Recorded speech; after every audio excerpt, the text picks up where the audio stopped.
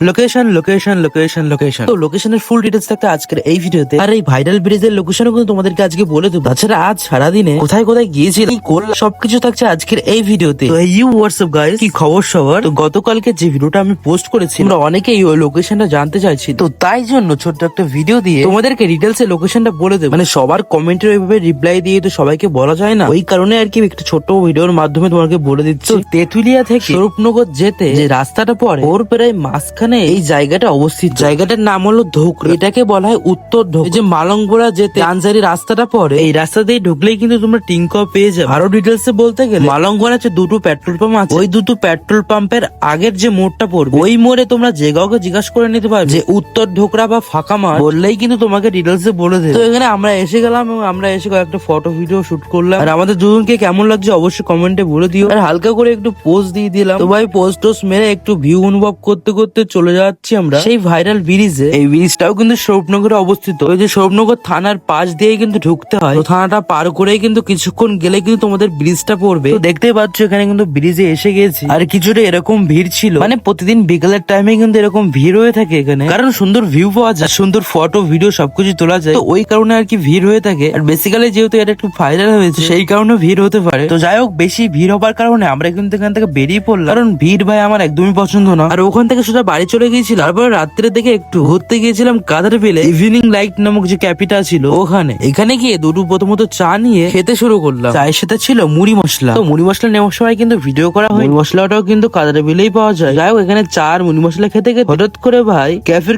Current চলে যায়। ক্যাফেতে ভাই কারেন্ট চলে গেছে। কারেন্ট চলে যাওয়ার সঙ্গে সঙ্গে তো ইনভার্টার অন হয়ে গেল। এখানকার পরিষেবাটা কিন্তু খুবই সুন্দর। তো ওখান থেকে খাওয়া দাওয়া কমপ্লিট করে আমরা যাচ্ছিলাম বাড়ির দিকে। তো বাস এই ছিল আজকের ভিডিও। আর তোমরা কিন্তু সাজেশন করতে পারো কোনো নতুন কিছু ওপেনিং বা নতুন কোনো জায়গা, আমাকে কমেন্ট করো, আমি কিন্তু অবশ্যই তোমাদেরকে গিয়ে দেখাতে পারি। ওকে, দেখা হবে অন্য কোনো নেক্সট ভিডিওতে।